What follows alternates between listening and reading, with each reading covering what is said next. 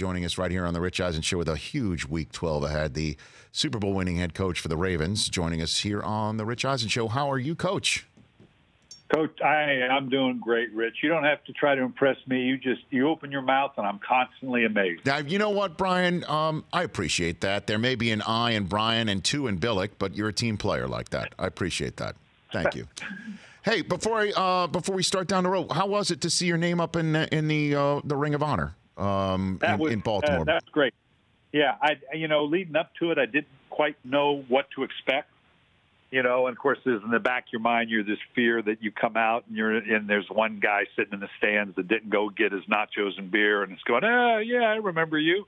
But it was the most gratifying thing was there were 65 of my former players there that had come back and all, and that was really cool. A lot of them I hadn't seen, obviously, in years, and that just really made it special. And obviously having your family there, right? Seeing Grandpa's name up on the stadium. Oh yeah, pretty much for Brecken and Harry to be there, and then doing Mike Garafolo we did a bit in the pregame, and my one grandson got on, and so just to see that. And they don't know their pop in that regard. They see me on TV flapping my jaws, but they don't really know the other thing. That was really, really special for them to take all that in. And the NFL 100 series that's been running the whole programming on NFL Network, one of the greatest teams of all time, one of the top 100. It was the Vikings team that you were the offensive coordinator for as well. I'm wondering how you view that team, despite the fact that there wasn't even a Super Bowl appearance for you in that. Well, that's where you normally see it when anybody has a list of the greatest teams of all time not to win a Super Bowl, which is kind of painful to look at, because that was a spectacular team, particularly offensively. When you think of the talent, we had a Hall of Famer in Chris Carter, Hall of Famer in Randy Moss, Randall McDaniel, John Randall, phenomenal Robert Smith at running back, Leroy Horde, obviously Randall Cunningham and everything that he represented at quarterback. It was just a spectacularly talented team, and obviously the affinity I have for Minneapolis and the folks there with the Vikings to be so close and so capable of winning a Super Bowl and still not having one. I know it's still painful for them. It's painful for me. I appreciate you bringing it up. Thank you. No, but it's also being mentioned as one of the greatest teams of all time. I mean, it's still getting the run like that right there, though. Yeah, they're and breaking the all-time scoring record for that was something that was probably a talented group.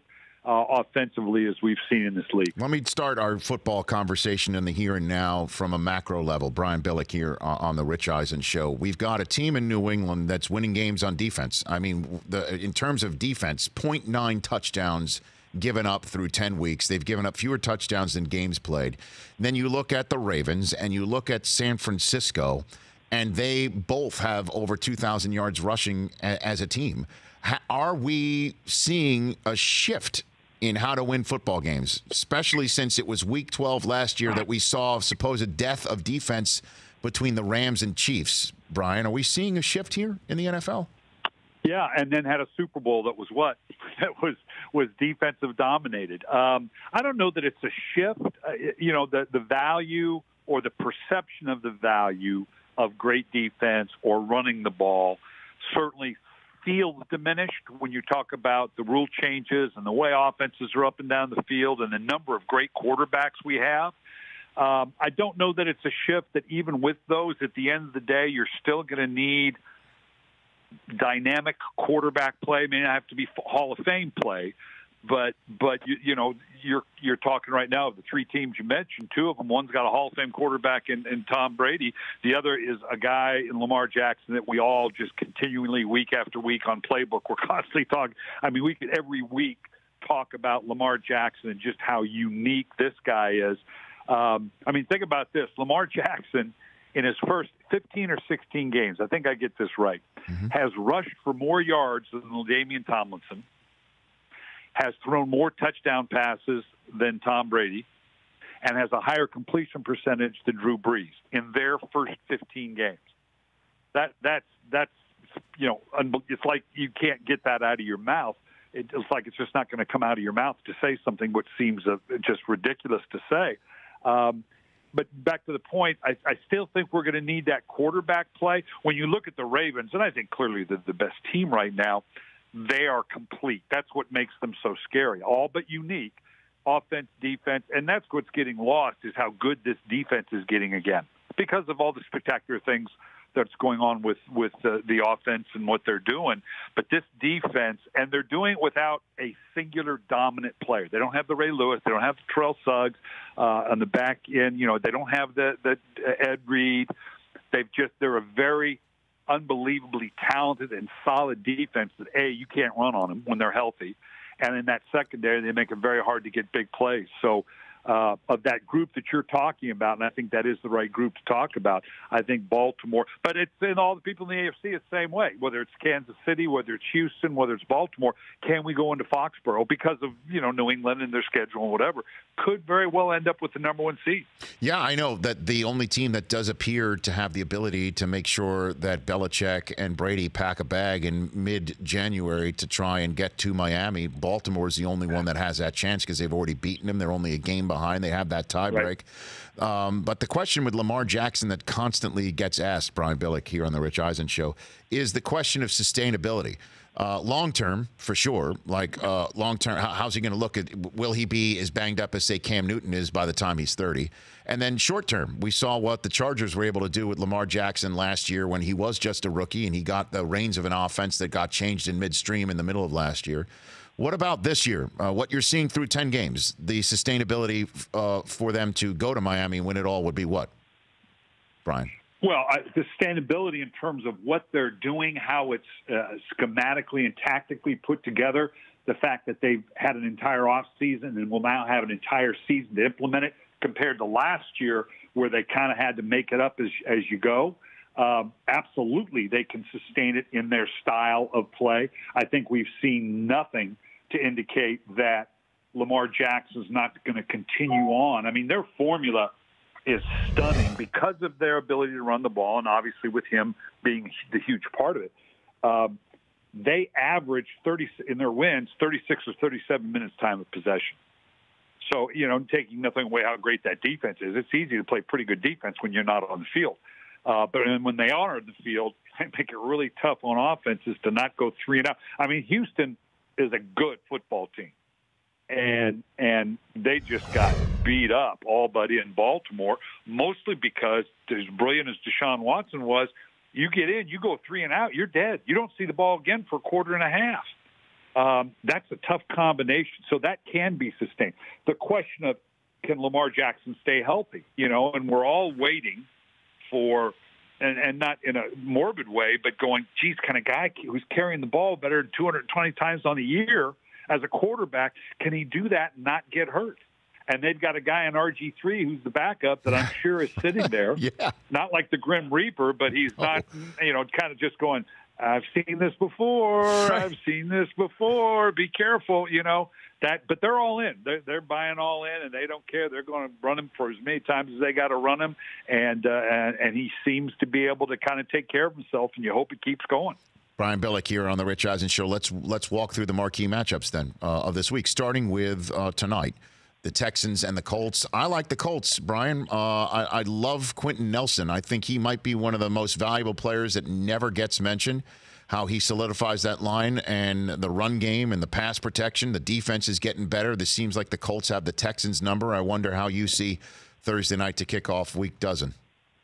Yeah, and how spectacular a story is this in terms of, I mean, weren't we all, you know, Andrew Luck went down, went, oh, that's it for Indianapolis. They're done. I thought that whole division going into the season, I won't say it's the best, but it was going to be the most competitive from top to bottom, mainly because of the quarterback play. And then we start the season, and, boy, there's no Andrew Luck. And then Nick Foles goes down. And now Marcus Mariota is being replaced. And yet it's still staying competitive. I think division, let alone obviously just what the Colts are doing, Jacoby Brissett, and how about them putting up better than 250 yards rushing on the Jacksonville Jaguars? So, yeah, the Colts.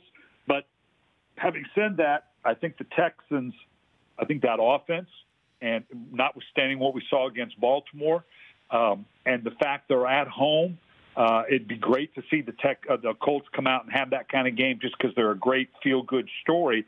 But I kind of think the Texans, particularly after what they had happened to them against Baltimore, I think this offense could be looking to kind of break out. So then let's move to Sunday's marquee games, starting with the Patriots and the Cowboys. I know it's your favorite thing, Brian. The phrase Bill Belichick always takes away the one thing you do best. You love that phrase, I love don't it you? because the rest of us obviously didn't. We obviously were covering the decoys because it never occurred to us to take away what you do best. It is going to be interesting because, what does that mean? That means you got to stop Ezekiel Elliott. Right. I did a bit on Playbook we were talking about the number one offense in the Cowboys, the number one defense in New England, and the real interesting one, they both lead the league respectively in third down. Nobody plays more man than the Patriots. That ability to put a five-man rush on Dak Prescott, play man, but yet the Cowboys are pretty good at it. They do a nice job on the pick routes and get Ezekiel out. They got Cobb. Amari Cooper is number 4 in the league among receivers versus man coverage. So I think that if you're looking for one thing, I would watch that third down to see it. Now, again, going into Foxborough, it's all tough. And here we're not even talking about Tom Brady. How about that? How does that tell you about the state of the current New England Patriots? But I think the third down is going to be the key. And in Foxborough, I think Dallas may struggle on the third down a little more than they have. So you would be identifying, again, because Belichick's the only coach who does this, removing the one thing that you do best. You would say 21. Like he's sitting in the meetings with this defensive staff saying that's the guy we're stopping, not 19 in Cooper or 4 in Dak to try and stop 4. You stop 19. I mean, so it's 21. Yeah, doing it respectfully, knowing that now they can beat us the other way. Okay, we recognize that, so we've got to take that into account. But following your Belichickian process here, yes. Absolutely, job one is if we get beat, it's not going to be because Ezekiel Elliott's going to go off for 140 yards. I'm not going to let that happen. Mm-hmm. And the reason why we're not talking Brady is because, again, the defense has been so special. But Brady, I mean, usually what he has been able to overcome are the receivers needing name tags for the most part for all of us in the country to know. It truly is just been a bunch of folks minus Edelman that he's not really used to throwing to. I know he had back in the day Ben Watson, and Philip Dorsett has been there for a hot minute. The running game has been absolutely eviscerated. And I'm wondering, Isaiah Wynn, the left tackle's coming back, if you think that might help get a running game going that can be sustained in this contest, Brian. Yeah, that's the hard thing when we talk about this with New England is, and I think you're exactly right, it could make a difference. And typically you look at a team and you look at the numbers and what they've done and say, okay, yeah, boy, they just aren't running the ball well. Well, with the Patriots, you don't know because a lot of times they don't even try. You know, they're the most chameleon offense in terms of 1 week they may say, okay, we're going to run it 45 times and do it. And then the next week go, no, we're not going to run it 10 times because we think we can throw the ball and beat this other team. Now, that sounds like it's making an excuse for the running game because I agree with you. The running game probably hasn't been as good. But a lot of it with the Patriots, it's now we just know we're going to do this the other way, and we're better at that. The most striking thing to me about the offense, and it addresses what you're talking about, is right now, if they stay on par, and obviously playing the great defense. That's the number one thing everybody's talking to me about. They're saying, well, is this going to break the Ravens, all-time scoring record? And we broke the 85 Bears all-time scoring record. I'm kind of going, hold on. Let's wait, because they're playing a little bit better schedule now here the second half of the season. So let's get a little closer to it before we start, as Dion would say, slow your roll on that one a little bit. Right. I'm being a little protective here. But back to what I was saying, is that Brady's on par to be close to 650 throws, which tells you, okay, yeah, we're not running the ball real well. But in that, right now, he'd be on pace for the mid-20s, 22, 23 touchdowns to 8 interceptions. Now, that's a good combination, but for Tom Brady to only throw 22, 23 touchdown passes, that's it's good news, bad news. It's all we need. The bad news is, maybe we're not being as productive, and good thing that the defense is playing that well. So we're going to have to see if get a win back, and if they decide to play a couple of those games, we're going, no, we're going to run the ball and see if indeed they are still capable of it. In a couple minutes I have left with Brian Billick, the other marquee events, Sunday and Monday night. Let's start with Sunday night. Would you say it is fair to say, or would you go in a different direction?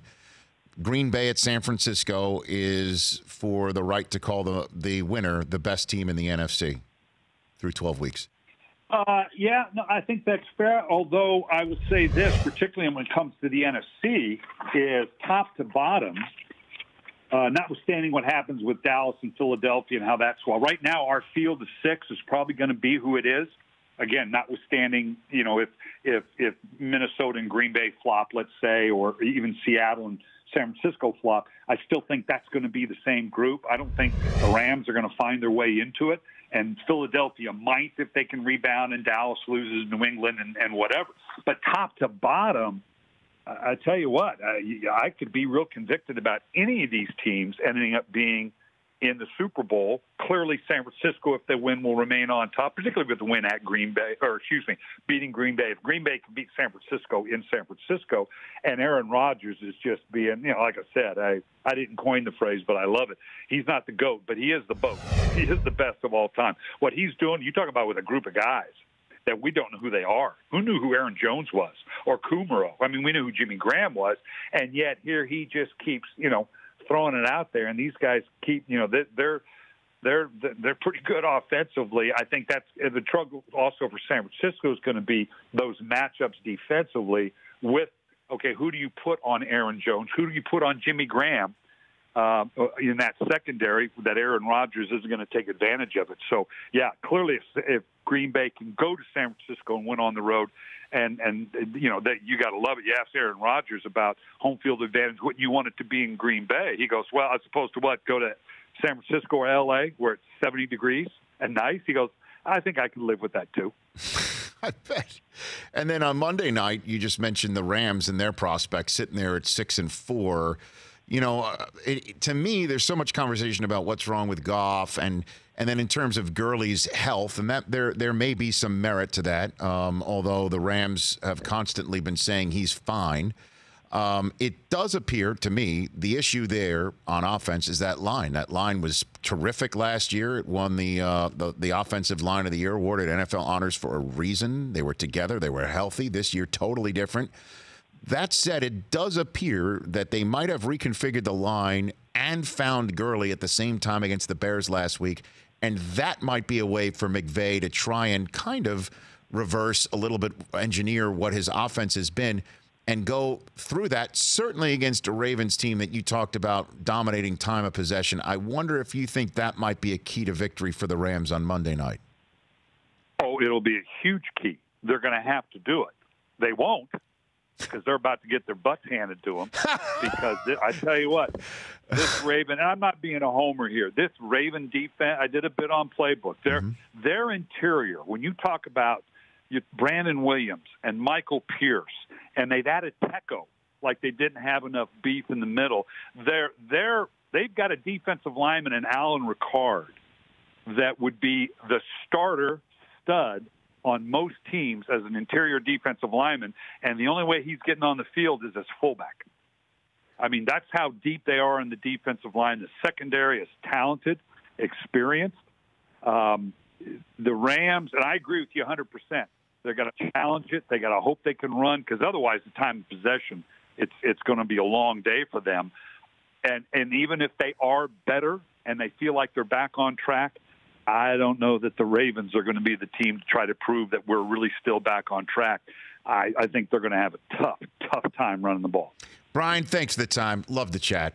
Love it. Thanks for the call. We'll do it again soon. All right, anytime. Right back at you. That's Brian Billick. Check out Playbook on NFL Network every single week. For more of The Rich Eisen Show, tune to Audience Channel 239 on DirecTV for free on BR Live, or download the Rich Eisen Show app.